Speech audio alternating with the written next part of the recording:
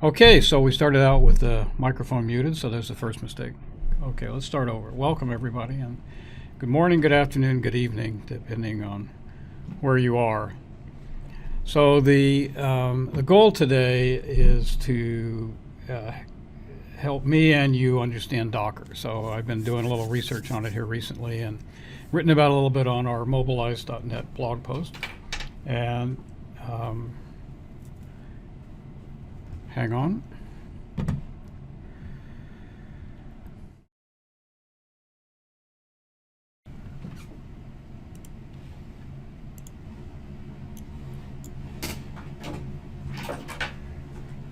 Okay, so we're back on. We had a little snag with the audio there. We're still learning as we go here, so bear with us. This is amateur hour and we're doing our best with OBS. So Docker, let's talk about Docker, and specifically, what do you do if you have a desktop application and you want to put it into a container? Well, the problem is you really can't without doing some conversion, migration, modernization stuff first. So that's what I want to talk about today, and what I thought I'd do is kind of start with a little intro stuff. So I'm going to bring up good old PowerPoint here, and let's just talk about what we want to kind of show here, right? Where's my blank? So what I want to do is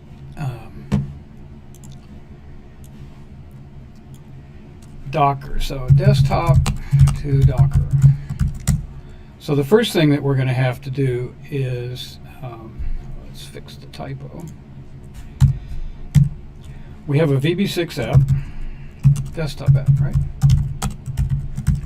So the first thing we have to do is we have to turn it into a web application. And the reason for that is because if we want to put an application into a container, it really has to be, right now, if it's a .NET application, it really has to be a web app for a lot of different reasons. But the container is a way for, if you want to be able to implement things like continuous integration, continuous improvement, continuous deployment, the container is a great way to do that and to host it on a public cloud or host it in a private cloud or hybrid cloud like in your own data center. But in order for this to work, it has to really be something that the container can run, okay? And containers don't really understand how to work with a desktop UI. They don't really have a capability to realize a user interface. So that's why we need a web app, because a web app doesn't have a user interface. It basically creates it on the fly when you open up a browser and connect to the application. So the first thing that we're going to do here, and let me show you what I'm typing because that'll be helpful. So the first thing we're going to do here is to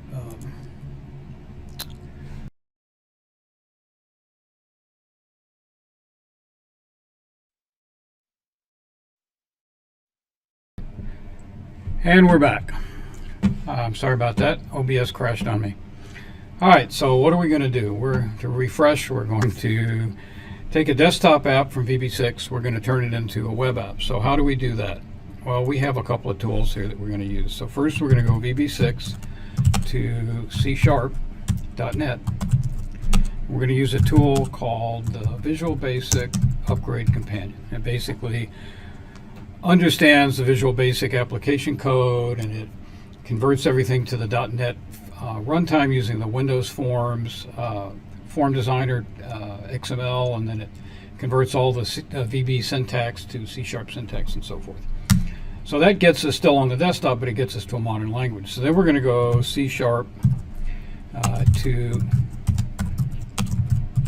ASP.NET Core as a web app, and we're going to use Angular 6, and we're going to use HTML and CSS and JSON and all those little bits and pieces. And now we're going to have a web application. So then we're going to take that and we're going to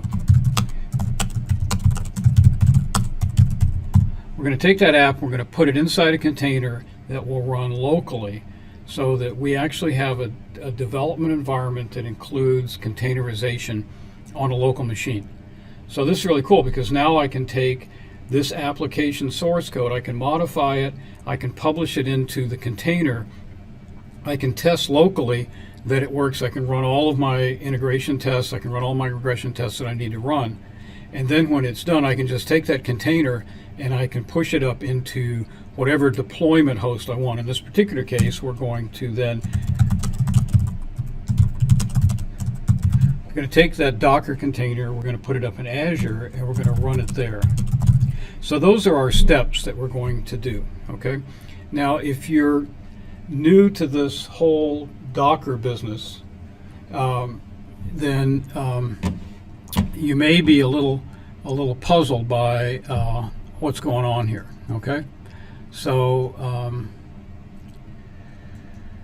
let's figure this out together. I've got a little diagram here. Let me bring it up, put it on top of my screen here. So this is kind of what our application looks like. The application here, SKS-exe, this is a little canonical application that we wrote in VB6 as a way to sort of track the tool migrations that we use for VB to .NET and .NET to the web. And so that's the migration, that's the application we're going to use, and I'll show it to you in a moment. So when that application is running in a container, if you look down here at the bottom, you know, on my laptop or on Azure or whatever, there's a Windows operating system somewhere, and that operating system is then running this Docker service. So if we look on my laptop here, I've actually got Docker running, and we can bring it up, and it'll tell us, I don't know if you can see it down here, but basically it'll let me do some settings and things like that, not much of which is you need to really do on Windows. And you can also tell it whether or not you want to run a Windows container or a Linux container, okay? So in this case, I'm running Windows containers. You can't run both on the same OS host. So on my laptop here, I can either run one or many Windows containers, or I can shut all those down and I can run one or many Linux containers. So we have this Docker service, and then this gray box here, that's a container instance, right? So we create a new instance of a container, and then we build what goes inside that container. In this particular case, we have a core for Windows Server, and core being the kernel of the operating system. One of the things that makes Docker different from a virtual machine is that we're not trying to replicate all the services and capabilities of a whole computer. We're basically just trying to have the bare number of services that you need in order to run the pieces that you want. So what we're going to have here is we're going to have the kernel of the application, or of the operating system. Then we're going to put the .NET runtime on top of that, and then we're going to put SKS-exe, that .NET assembly, on top of that. And because it uses a database, just to simplify things, we'll put the database instance in the container itself. Okay, and because this was started out as a VB6 app, it had a access database, an MDB file. Okay, and so that's what we use as we go all the way through this. Obviously, in a real production environment, you'd have some sort of a connector, possibly through TCP/IP or something, to an actual database server somewhere that would manage all of the requests going to that database. But that's, that's a different problem. All right, so let's start at the VB level here. Let me get rid of this guy and get rid of this guy. So here's good old Visual Basic from the 1990s or something, and there's still a lot of code out here that's running VB, and you can sort of see over here on the solution view that there's, I don't know, 15 different forms. There's a database, there's some modules where we do a database connection and we sort of initialize things. And if we look at the application, like here's a form, and it's got data bound text boxes, and it's got a grid control, and it's got another grid control down here, and we can run this guy and sort of get a quick look at what it does. And this is just real typical of a lot of desktop apps, which is that you've got a database and you've got forms that access that database to do CRUD updates. You're creating a record, or you're updating a record, or you're deleting a record, and so forth.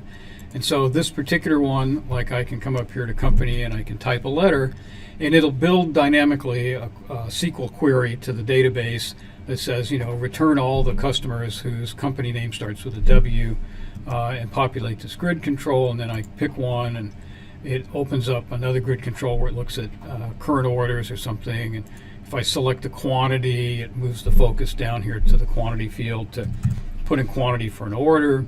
Hit tab, and it does a calculation with a little bit of business logic by looking up the price in the products table. So again, this is fairly typical. It's got a modal dialog here when I click save that says, do you want to add a new order? And of course, this being Visual Basic running on Windows, in this case Windows 10,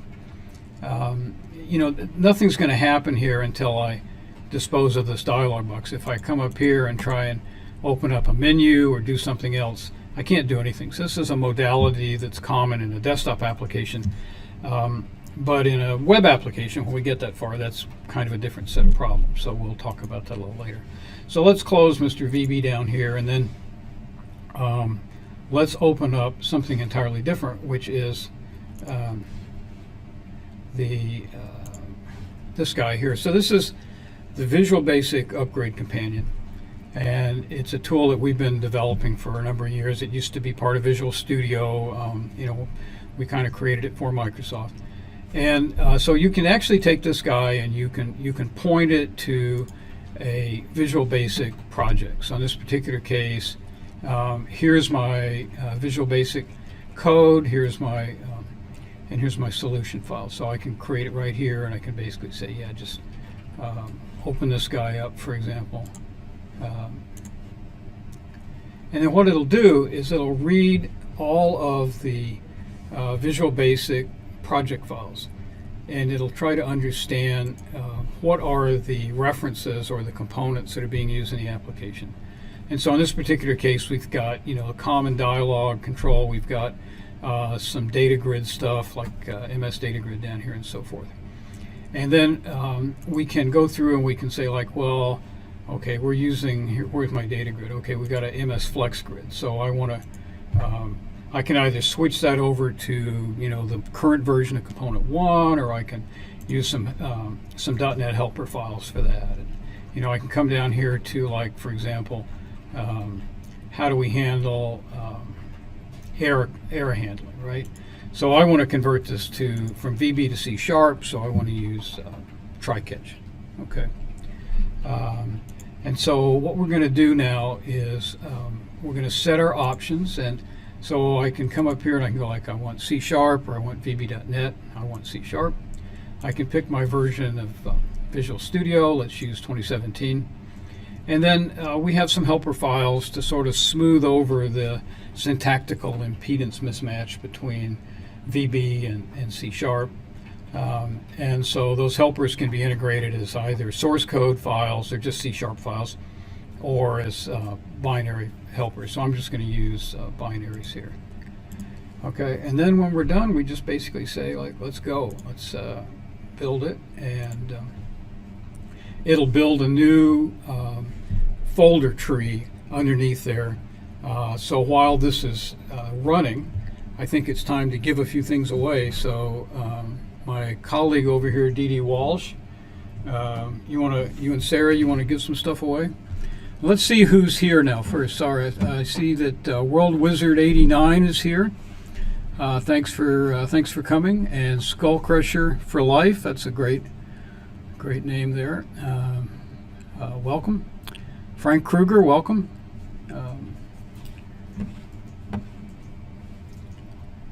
And we got some things to give away.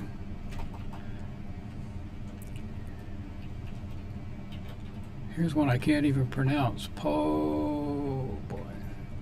Okay, Isaac Revan. We got Heavy D33. Stelz 79. Stelzy 79. Good morning. Ephraim Geb. Good morning. Sorry if I'm mispronouncing some of these. There's World Wizard. Potthol something or other. Welcome all of you. Thanks for coming. Okay, so we're still running here. This takes a few minutes, and maybe what we'll do is we'll just quickly switch over to one that's already run here. Let's see, what have I got?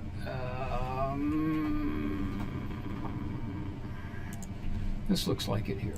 So now this is post migration to C#, and if you look at the code here, you see that all of those VB forms now have basically a C# form, and we can open them up in the designer view or in the code view. So here's, for example, designer view, and basically all we've done is we've just created Windows Designer files from the VB form files and mapped all the controls over to the equivalent control in .NET, or using some third-party component if that's available, if that's what makes sense. And of course we have down here our property view that we can set all of our properties, you know, colors and sizes and fonts and positions and all that sort of stuff. So, and in the code itself, again, we've migrated it to over to C#, and you notice there's a lot of green comments here, and let me make this a little bigger. You can see that these are warnings or sort of notations that things have changed. So for example, building the SQL string dynamically, the SQL query uses a lot of just checking to see if a field is empty. So you don't have the ability to use empty anymore. You have to use is null or empty, which is the equivalent .NET version. So there's a notice here on every one of these that says, hey, that particular property was changed, and so you might want to validate to make sure that the code is still workable. So let's just build this guy and run it real quick and see what it looks like, just to make sure that our step forward back here. So now we're basically going here, VB6 to .NET. Okay, that's step 2. All right, so let's go back to our code, and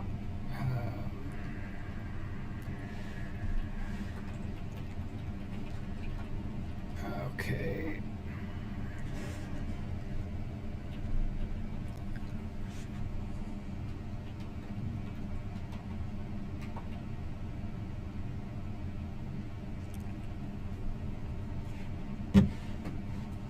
What's the question?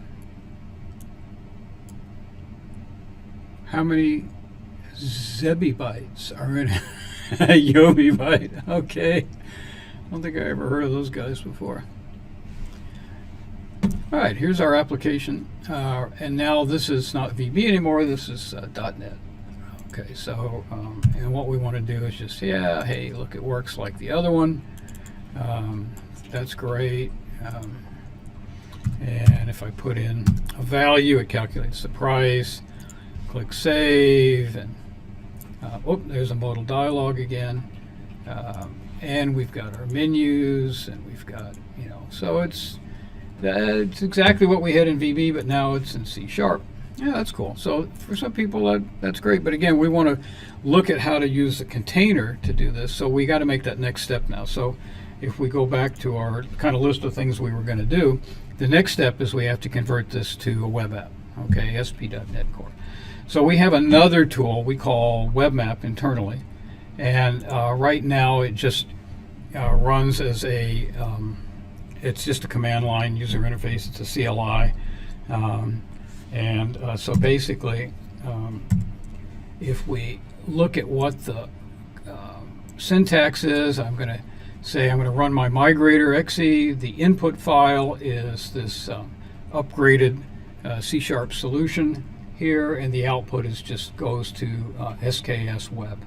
So let's try running that guy, and this does require access to some packages that we have on miget, so that requires some authentication, and I've been having a few problems with the authentication side of this with our team, and it looks like they've moved some of the servers, the build servers, so I can't get access. But fortunately I have a version that already was migrated back before they moved these guys. But you can see basically there's not much here. It's just running a bunch of files, and so we're going to get out of there, and let's go look at that guy. Let me see. I got to go over here.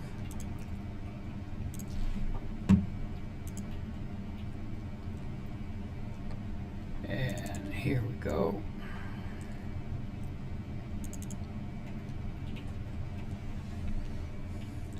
Now, when we created the web application, we created an Angular-based client front end for this thing. And realistically, Visual Studio is a terrific tool, but it wasn't really designed around things like Angular and HTML and CSS. But Visual Studio Code, the free version, sort of is. So we've sort of bifurcated the application code so that you can use VS Code to work on the front end. You can use Visual Studio to work on the back end. So I'll show you both sides of this and kind of what we've got here. So the goal here is to come up with the same application that we had, but as a web application. And for now, we see that the structure of this thing is we still have all of our C# files here, the same sort of ones that before. Here's our order request form. Let's just open it up, and it's going to look pretty much like the one that we had before. Okay, we're still doing our dynamic SQL query. We're still using a lot of the object names that were properties on the form. I can look at the form files, but they're just going to be XML now. I don't have a way really to look at them in the designer view, okay, because we've changed that around a little bit. Remember, this is a web application, so where's the front end? And so if we go to here, and let me show you what this looks like in the folder structure. Here's our solution file, and here's an upgraded directory. So that's where we put all the new code. And here's our C# files down here, and we have some modules down here, and I still got my database in there. But up here we have a directory called SKS Angular. And if we look now, that's where we've got all the sort of things that you'd expect to find in an Angular sort of application. So let's open it up in VS Code. And in addition to things like the package.json file and the yarnlock file and things like that, we've got a source directory, and we have an app folder in there, and then we have components. So now what we've done is we've taken each of the forms that were, let's go down and find the one that we keep looking at, our form request form here. We've taken each of the forms and we've built a component folder out of that. And each one of these has three parts. It has a TypeScript file that's going to get transpiled to JavaScript when this thing actually gets built. And in here we've got all of our imports and all of our exports, and we've got the names of our selectors and things like that. And you can see that we're importing components that are specific to WebMap for WinForms, and we're also importing the Angular core up here. Okay.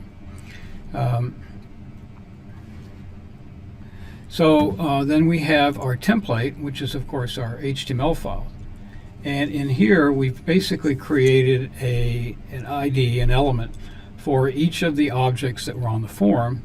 And we've specified the name, and we're using basically the same names that were in the original, in this case, VB files, and later in the C# files. And then we have styled those with some cascading style sheets.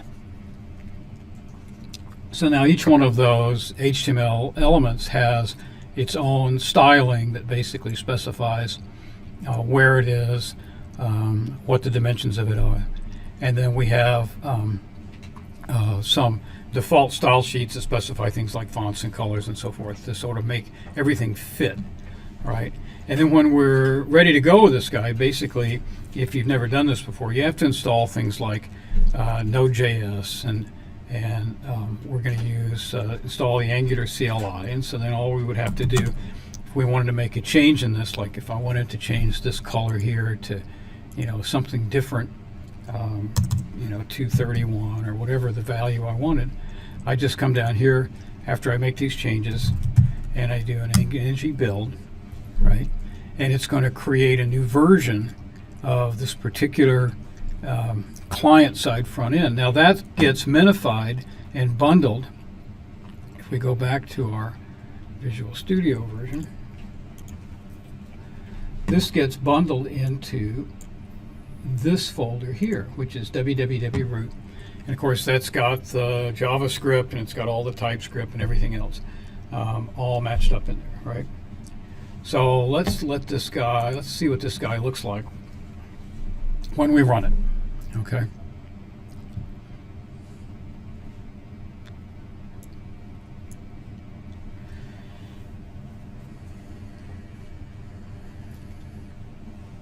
World Wizard 89.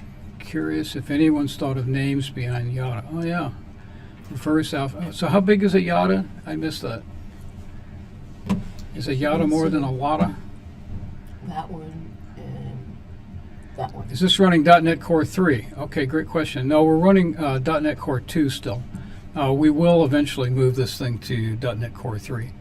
Right now, this is mostly ASP.NET Core 2. There is some .NET Framework code in here still. But with .NET Code 3 is really has some exciting things in it that we'll be incorporating into the product here pretty shortly. And did you see the GitHub question? What's that? The Skull Crusher for Life. Is this code on GitHub? Is this code on GitHub so we can follow along? It's not, but I will be happy to put it up in GitHub. We have it on our website at mobilize.net. You can go and download the code. And actually, if you did I lose my app? Where's my app? Is it on the starter kit? Yeah, it's running somewhere, but I don't know where. If you where was I saying? Oh, if you get the trial product of the Visual Basic Upgrade Companion, it has this SKS thing with the C#.NET version and also the ASP.NET Core version as well. Hang on a minute while I find my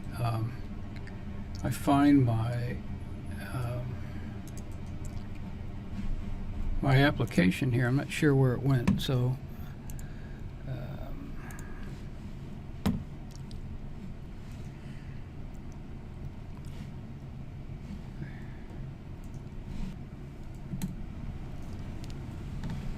So I think I broke it when I tried to rebuild the client, and it was trying to use the same thing. So I need to.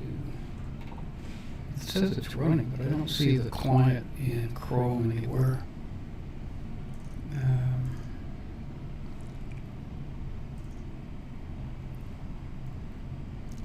No, I think I killed it. Let me stop this and.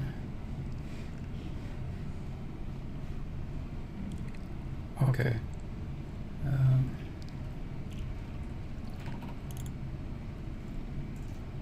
Yeah, so this is still building.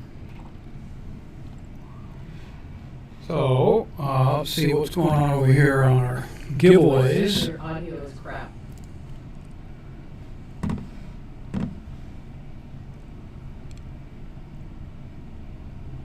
Yeah, I'm sorry if we're having audio issues.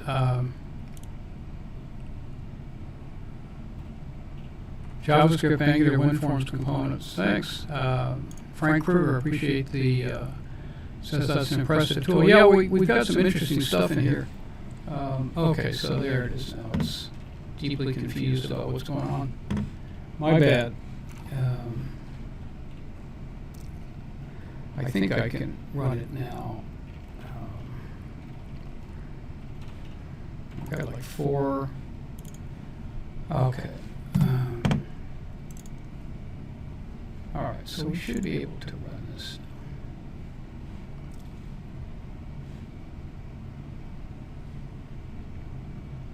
Cross your fingers.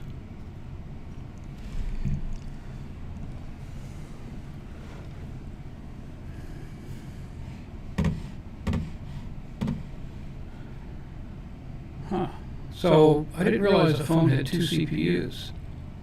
So one just for the radio, is that the idea? Just to handle the cellular communications?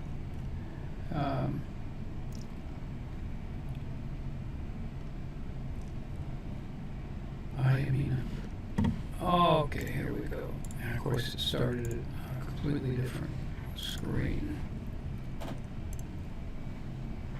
Drag this over here.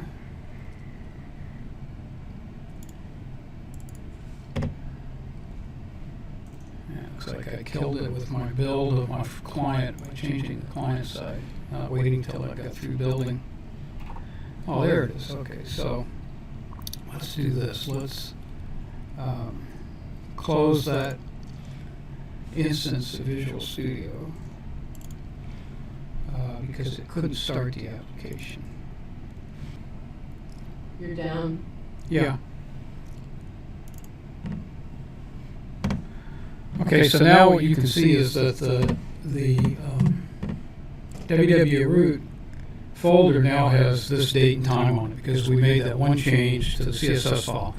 Went through the long and painful process of doing an ng build to create the new client, and of course, then part of that build is that it bundles everything together and refreshes this directory over here. All right. So what I want to do is I want to get this thing to run real quick and show it to you, and then I want to get into the container side of this and blast through this. So I've got Visual Studio into a state of annoyance with me here.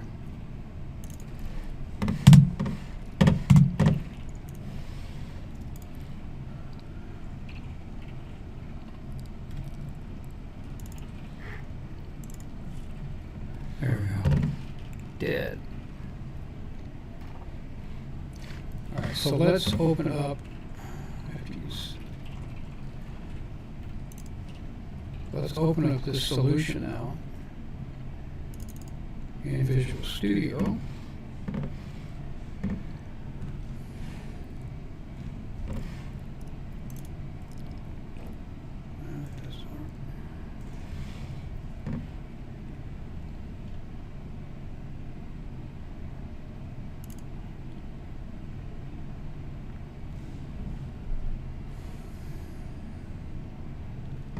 Drag the window over when it comes up.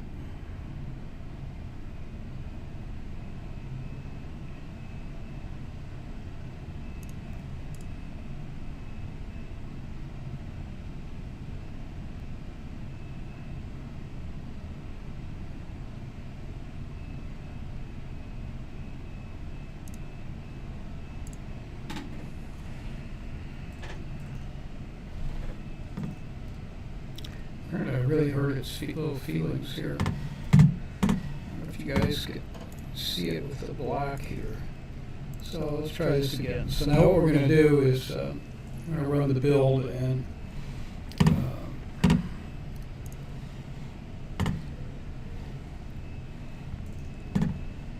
you can see down here somewhere it's going to update all packages. Okay, so here's our web application starting up with Chrome. There we go. There it is.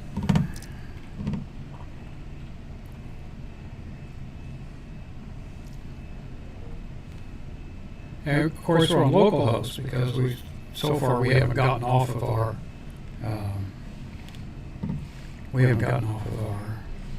local environment here, local development machine. I'm going to close that guy, and here's our here's our application, and we've got menus, and you notice it's running as a web application. It should work about like it did before. So if I type a W, we build a SQL query. If we select one of these guys, we populate this grid control with another lookup, and select that, we get a quantity change, and hit tab, and it runs the business logic.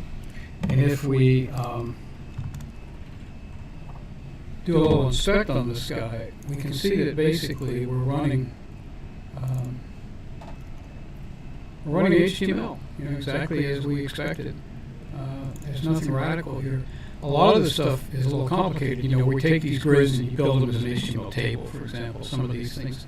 And if you look in here, you'll see that there's some Kendo references, and that's because we're using a set of UI widgets, a library from Progress. Thanks, Progress. They're on the stream here, I think, which is Kendo for Angular, and it works really well. And it gives us a lot of the same sort of controls over here that you find in the Windows toolbox on Visual Studio. Okay, so if we go back to our punch list, we're getting there. Let me bring this over again so you can see it. And now we've got this step done. We've got our application running as a web application, but it's running in localhost. So now what we want to do is put that app into a container locally. Okay. So how are we going to do that?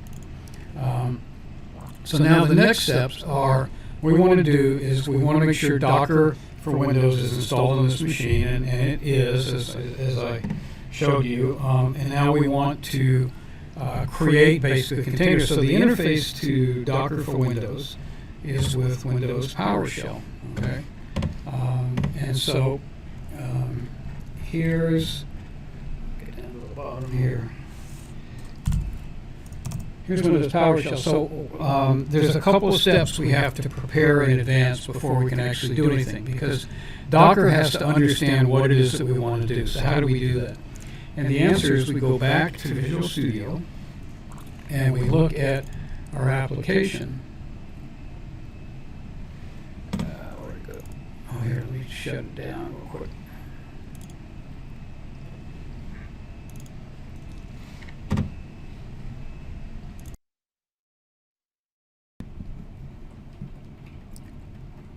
Okay, well, let's see, we have audio, and I think we're getting our video back. I apologize, for some reason my something just locked up. So let's go back to our application, and okay, so back to the concept of how does Docker know what to do. So we do that with a Docker file. And here's where it gets a little sticky, because Visual Studio will let me add support for a Docker file, add support for Docker. And when it does that, it basically does a couple of trivial things, but mostly what it does is it creates a file called a Docker file, and it puts that in the root of the source tree. And the Docker file has a syntax, you know, you can look up how to use it, but it basically has all the build steps to build the container. The problem is that if Visual Studio doesn't completely understand the application template that you're using, it doesn't know how to build the Docker file. So as a little test the other day, I went into the, where's my webcam? It's not working. I went into Visual Studio and I created a ASP.NET Core web application and built it. And then I said, okay, let's add support for Docker. And it actually built a fairly useful Docker file. But as I'll show you in this particular case, assuming that this project ever loads again, we can't really do that with applications that we've written that don't follow a specific template from that Visual Studio understands. And so if we, what is this? Is this a good one? So this is a good one here. So if we were to rename this, let's say, so that Visual Studio doesn't know what it is.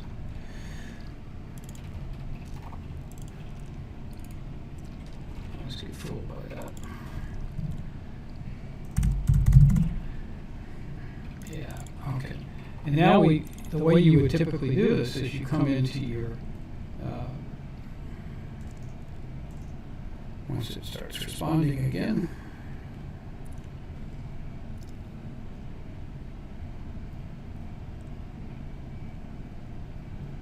And we just basically say add Docker support. Okay. And so then we pick our operating systems like Windows, right? And we say OK, and it creates a Docker file. Okay. The problem is the Docker file is kind of useless. Guys, I apologize. I don't know why the webcam isn't working. I guess I need to turn it off and turn it back on or something, but I'm going to try and do this without the webcam. So here's our new Docker file that Visual Studio has created, and the problem is that there's no base. Okay, so you have to basically say, look, here's an image that you can use to start with, because that image has to specify things like the OS kernel. So what they do tell you is they say, look, we don't know what you need to start with, so go to this this URL. The problem is that URL doesn't really tell us anything. Okay, it basically just says here's how to, troubleshoot a few things in Docker, and it doesn't give you any clue about what to use. So there's a Docker hub that Microsoft has created with all these different base images, but it's pretty difficult to figure out like what they do exactly. So I know our friend Jeff Fritz struggled a bit when he was trying to do this. He had a great video, a great Twitch stream, and it's on YouTube. If you don't know C# Fritz, you should go check it out, where I learned a lot about how to do this. But Jeff struggled with the same thing we did, which is like, which base image do I want? How do I start with this? So courtesy of one of my colleagues, we have one that works really well. So let me delete that guy there. And add the one that does work. Boy, this sucker's really slow today.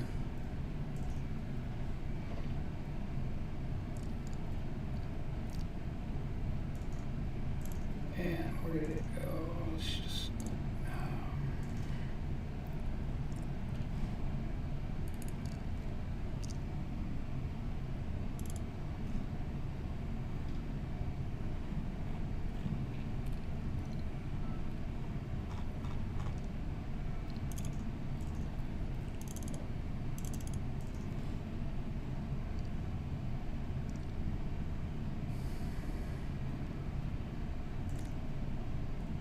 Okay, so let's look at this one. So this one actually works, and here's the sort of the most important part, which is it's from the Docker Hub, Microsoft, and it's ASP.NET Windows Server Core in its particular version, and that actually works. Okay, so that will install enough of Windows Server that we can actually run this application.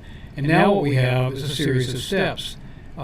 So you can see that we're going to download some things, we're going to do some installs, we're going to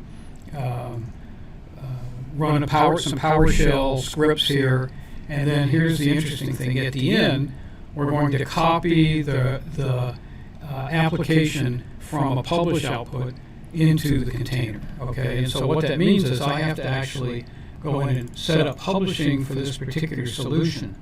Okay. And put it into the where's publish, and put it into that directory that it's looking for. Okay, bin release, and it has to have the name web app. Okay, all right. So once we've done those things and we published it so that it's in there, then we can go into PowerShell, and we have to make sure that the Docker for Windows is running, and it is, okay. And so then we go in there, and we have to go to that directory. So that guy is, if I remember correctly, it's here.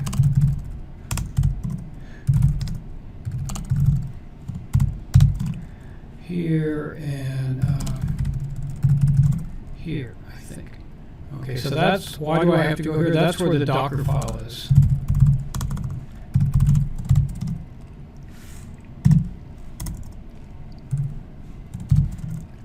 So there's our Docker file, okay? And it's the same Docker file. So that's the important one. So now what we have to do is we have to actually build our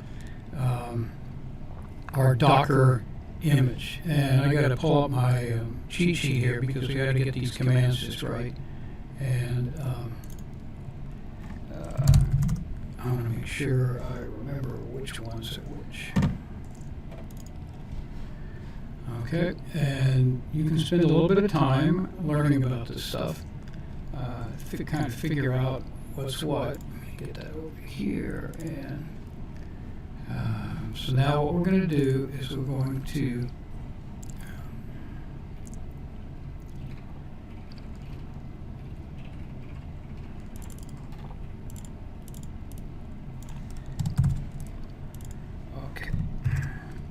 so we're going to say Docker build, okay, and we have our web app, which is the name of the application, and then we have a colon and a tag, so we can put a tag in optionally, which basically allows you to say specify versions of the application as you do like a CI/CD kind of thing, and then the dot is simply it says work in the current folder. Okay, so if we do that, it will start to build the container. Now this takes a little while because it runs about 10 gigabytes, so it has to download and run some things. We can open up another instance of PowerShell while that one's building, and we can sort of see what we already have. So I can go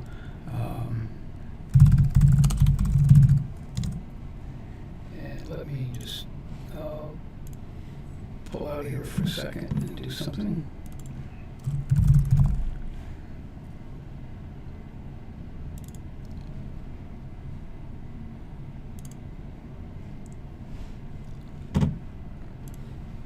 Sure, I see some of the chat here.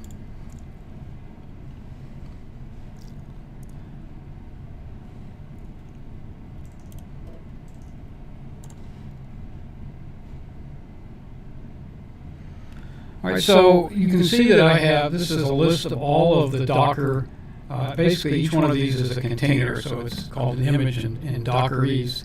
And you can see that there's a bunch of them here. I can now take any of these containers and I can check to see if any of them are running with this particular command. Okay, and this will tell me if anything's running. Well, it looks like nothing's actually running. So let's go back and check on our other one, and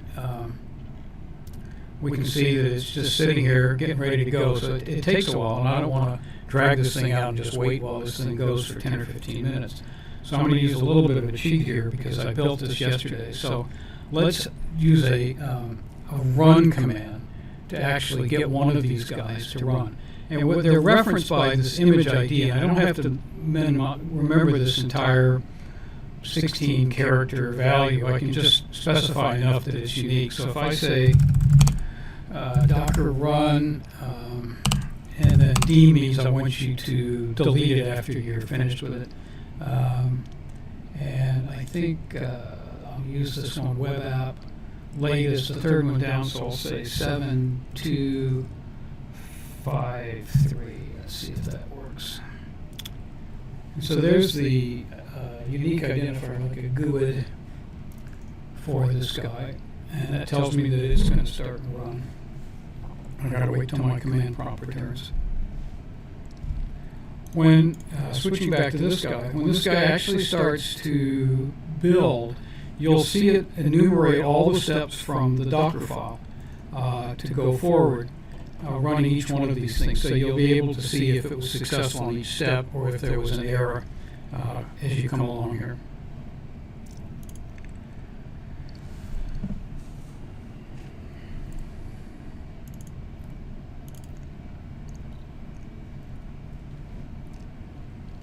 And you just have to be patient because sometimes it looks like nothing's happening, but things are happening.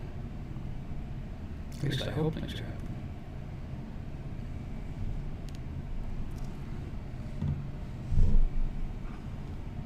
We're doing trivia again. Good time for trivia, yeah.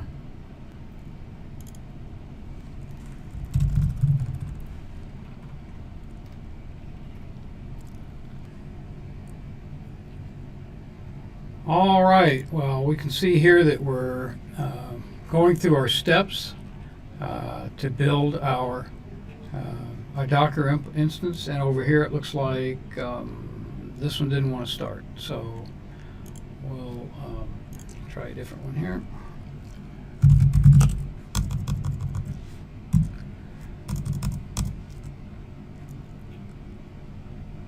see what this one is. I'm not sure what that is.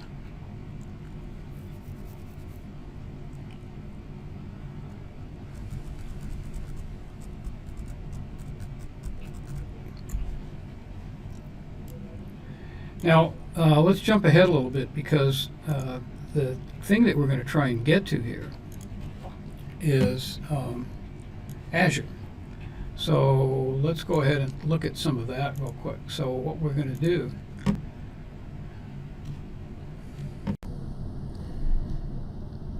is you're going to need a account on Azure, and when you have that,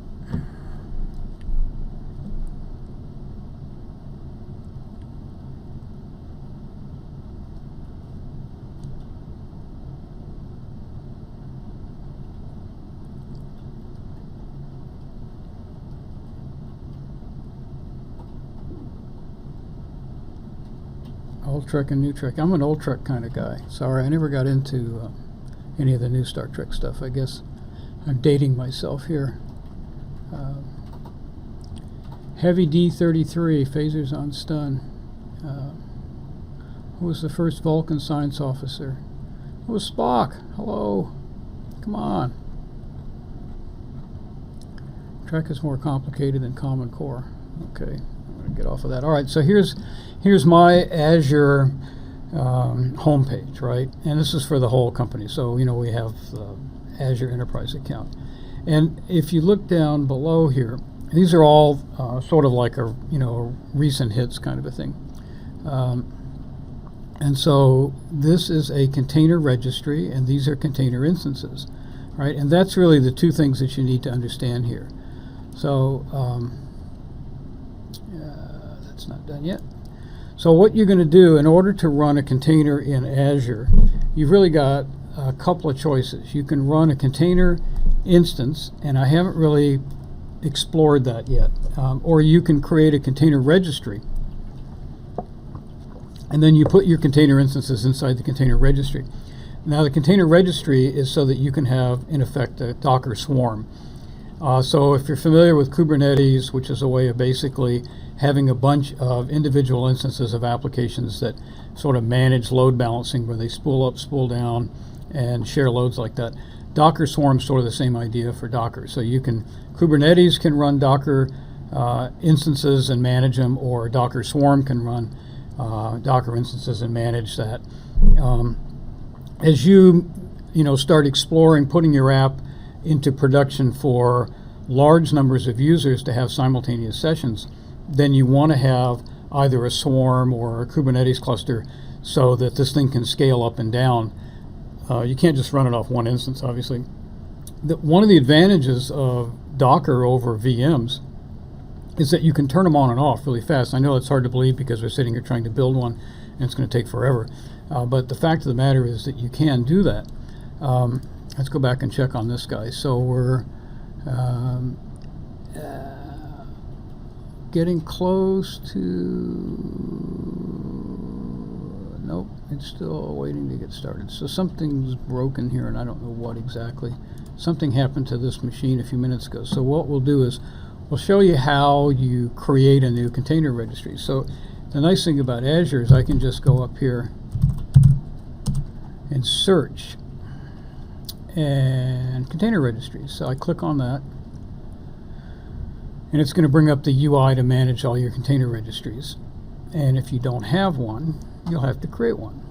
So that looks like... So here's the ones that I have. This is one that one of my buddies did, and here's the one that I did. And then what we can do is we can say add. So you just click on that guy, and then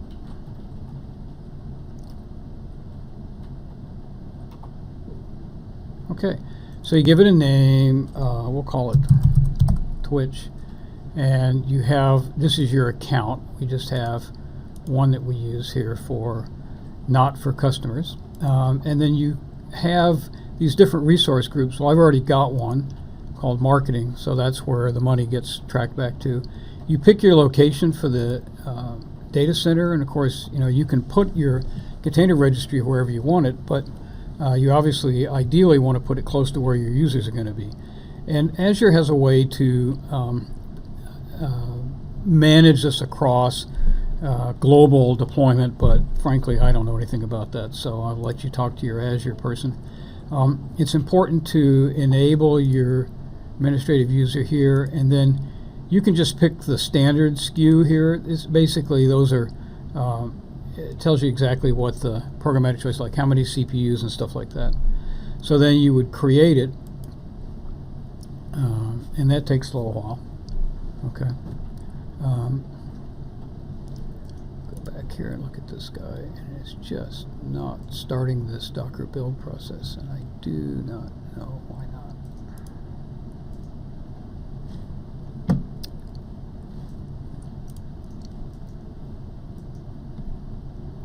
Okay, so then it tells you that the resource was finished, and you can say I want to go to it, and it'll take you to the container registry where you'll see that there's nothing there. So the next thing would be to create repositories of containers, and if we click on the repositories, we'll see that we don't actually have any. Okay. Yeah, so let's go back to a container repository or container registry that does have some.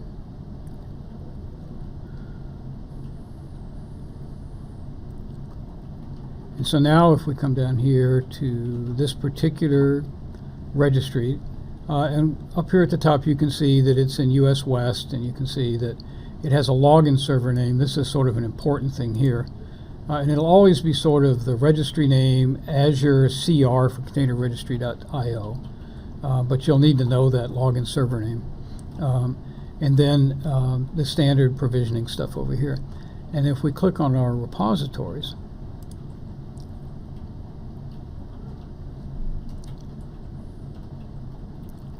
we'll see that we have a repo called SKS.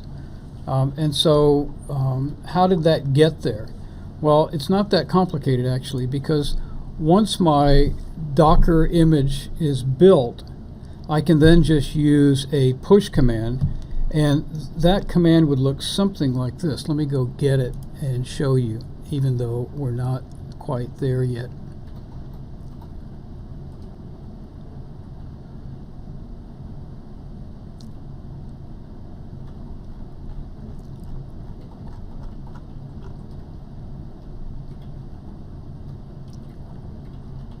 Oh, that's great.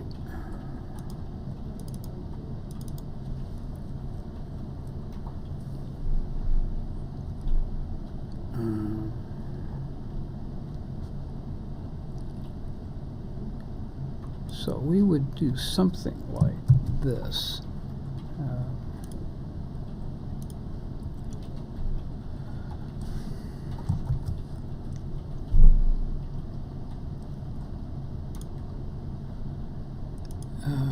So Docker tag web app, and then the server name. So what this would be, oops.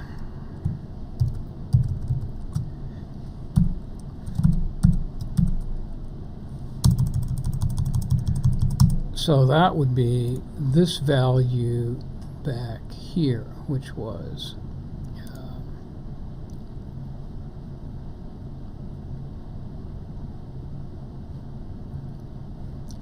jbdemo azure.io. So if we copy that guy and then go back to here, that's the value we want to put in here.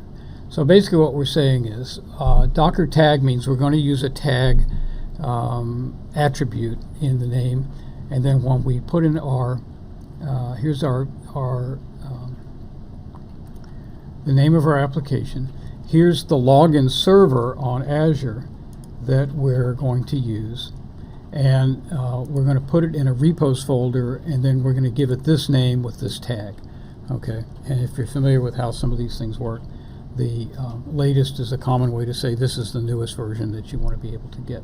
So then that would basically push it up into our container. Now there is a step that I'm going to skip over, where you get some access information from Azure, and then you basically have to run an Azure CLI in PowerShell and log into your server, because obviously they don't want it to be where just anybody that has the name of that container server can stick a container up there. Okay. So once that's up there, then we have we'll see it in our repository. Right. So remember we said it was going to be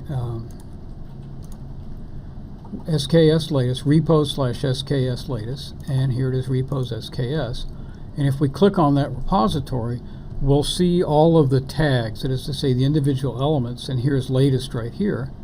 And all we have to do with that one is basically either right click on it or click on the menu over here and tell it to run it. Okay. And in the interest of time, I've already got one running, so let's go back to our home and look at our running containers that are in Azure. So if this is a container registry, these are actually down here, blog demo 2, blog demo. These are actually instances that are up and that are available, and this one I believe is running. So let's open that up.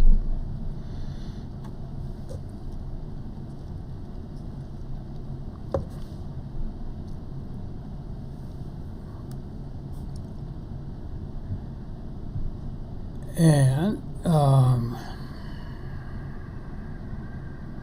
it says the status is running. It's kind of tricky because it's got this restart thing up here, even though it's running right now. And this is the important thing right now, which is that here's an IP address. So we can copy that IP address. So this is the public IP address. And if we access that, let's see what we can find there. So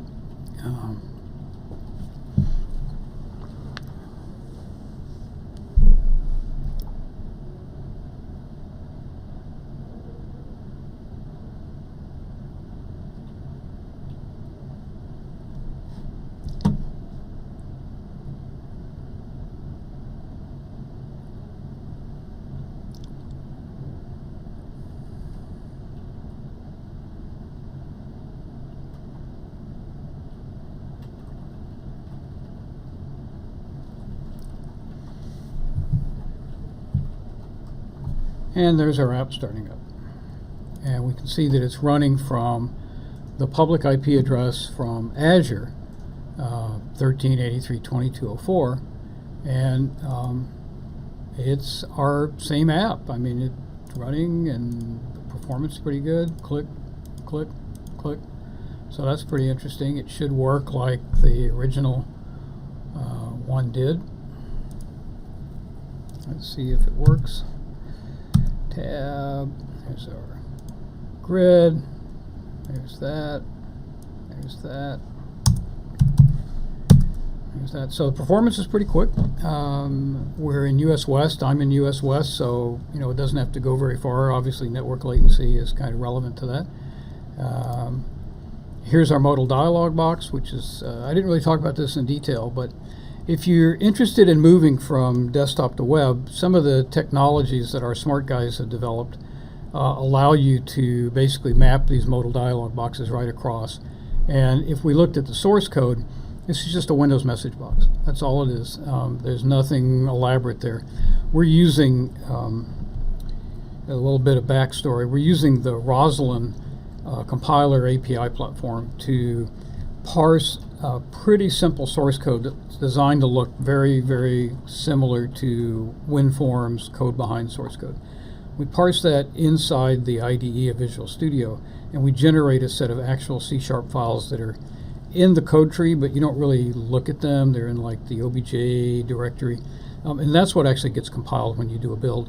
And so what we do there is we take and manage all of the state information for the application. We manage sort of the subscription and listening to all of the objects in the UI, so that when the user changes one, we flag it, so that, hey, this object is dirty and we need to do a state synchronization, stuff like that. And by the same token, that's how we manage these modal dialog boxes. So we're using some code injection and what we call weaving. So it's kind of interesting. We're happy to talk about it a little later, but I just wanted you to see that these things don't have to be a real pain in the neck. You can still have that modality that's so common on a desktop application once it moves to the web. So here we are. I'm sorry that some of the demo didn't work as well as I'd like. It looks like this guy's still sitting here just kind of twiddling its thumbs. I don't know what exactly is going on, and I'll have to do some research. We'll do another Twitch stream if we figure out how to get the Docker stuff to work while we're twitching. And I think we're done. I'm glad everybody was here. And so we're going to lock it down. Thanks, everybody, and we'll see you the next time.